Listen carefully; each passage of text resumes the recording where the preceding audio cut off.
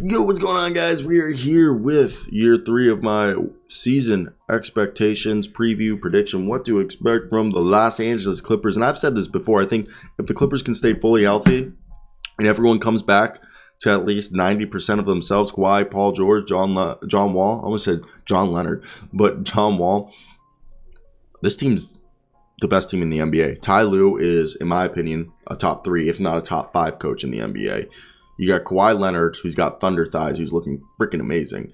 You got yourself, Paul George. You got one of the deepest, if not the deepest team in the NBA. I think this team could go. I want to hear your thoughts down below. What do you think this team is? Right now, I think if fully healthy, this team will be the number 1 seed in the West. And maybe they might not have an MVP candidate, but I really see this team fully healthy being a 60-win team. So let me hear your expectations and your thoughts down below in the comment section. We're on the way and to 10,000, and yeah, like and subscribe for 150 videos a month. So let's get right into it. Let me read you off the roster. By the way, only one guy's on a 2-way, and that's Musa Diabate from Michigan. They also have Moses Brown, who I believe will make the roster, Michael DeVoe and Lucas Williamson, I believe, are all on.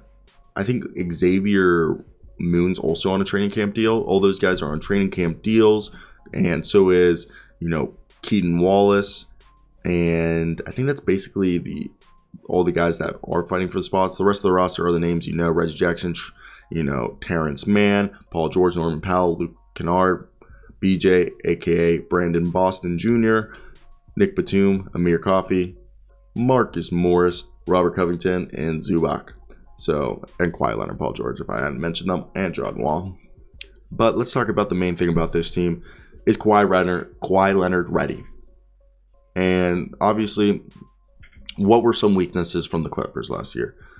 They had an inability to get to the free throw line. They would sometimes have these weird scoring droughts. They kind of lack interior scoring. And, the playmaking in the half court leaves room for desire. Surprisingly, they're not the best rebounding team. Now, those are some of the problems of the team last year, and I think some were more drastic and some weren't as bad as I may have made them seem. Okay, those are all little things you could have nitpicked about the Clippers. But Leonard, he would address every single one of those, especially if he's 100% ready from that right torn ACL that happened in the 2021 postseason. Obviously, there's questions about who's playing and how much. It all starts and ends with Kawhi Leonard, a 2-time Finals MVP, 2-time NBA champion, and a member of the 75th anniversary team. I think Kawhi will be fine. I think Paul George will be fine. Obviously, I think they'll fix everything except rebounding. I just think this team to be a good rebounding team, they just got to go with the Dallas Mavericks approach where everyone rebounds, which could happen. I think the starting lineup's probably going to be John Wall, Paul George, Kawhi Leonard, Zubac, and power forwards where I get stuck at either Marcus Morris or Robert Covington. I'm going to go with Marcus Morris right now. So Zubac, Marcus Morris, Zubac, Marcus Morris, Kawhi Leonard, Paul George, John Wall. Off the bench, Reggie Jackson, Batum, Covington, Norman Powell, and I guess then it'd be like,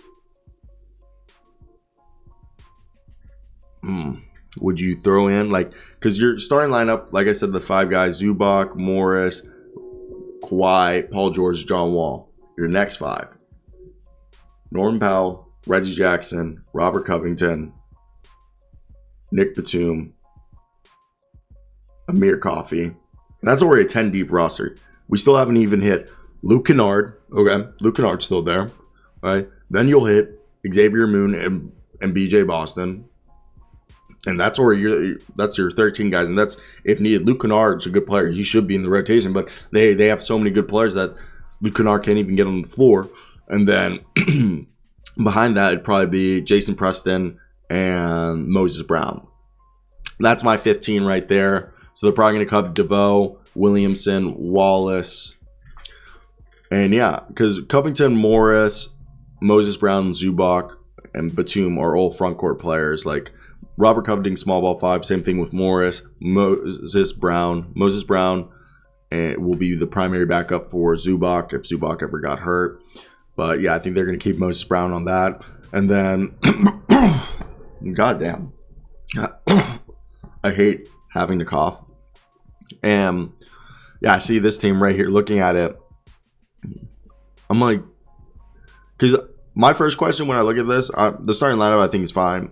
You can either flip Covington or Morris. I just think they'd rather have Covington come off the bench because he gives them a different look. And Norman Powell and Reggie Jackson, I think, are going to be co-six mans.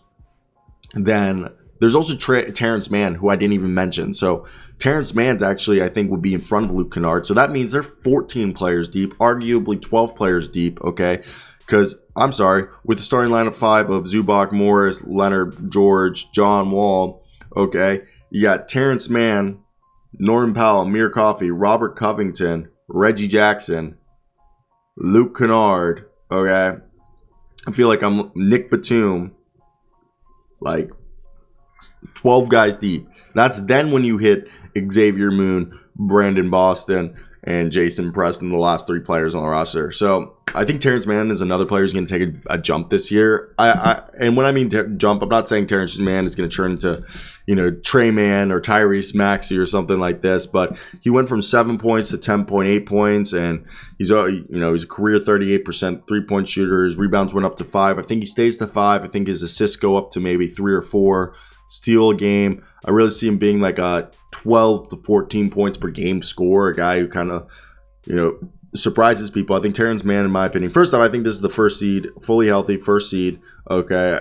I don't know if they'll have an MVP candidate, but I think this is going to be a good team. Also, Terrence Mann was averaging 12 points, 3 assists, 5.5 rebounds post All-Star game. Okay. So I think definitely, and all of this in less minutes, actually. So I think Terrence Mann is definitely someone to keep an eye out for. He's going to be someone good for them. And yeah, no, I definitely think this is a team that people are going to overlook, okay? And I personally think they're one of, if not the best team in the league and the team to beat if fully healthy, because Ty Lue is just one hell of a coach. I can't even fathom, I can't even put into words how good of a coach he is. He's a leader of men. He's a great play drawer. Just from every level, he's just a good coach and everything you'd want. So just him being there, I think, just carries a lot of weight that people don't really realize. And yeah, I think he's very, very important for this team's success. And I want to hear you guys' thoughts down below. What do you guys think? And if you guys agree with me that, yeah, no, this is a guy who is very important to this team's success. So I want to hear your opinions down below. That's basically it from me today, guys. I hope you guys do have a great day. I don't know what else we would want to talk about, but because I think that's basically it from what we have today. I'm going to peace out, A-Town. Hit that like and subscribe button. Thank you for everything. I want to hear all your predictions about the Clippers down below. We have an NBA show, me and Will Up Today, K. Jackson Elstro, every day, Monday through Friday. You guys should check that out. It's a good time. And yeah, I think I'm done annoying y'all. So have a good one, guys. Puppies. Oh wait, we'll milk this to the 9-minute marker just so we have this video at 9 minutes, because you know what, a 9-minute video is better than an 8-minute video. Am I right? So, okay, bye. That's it.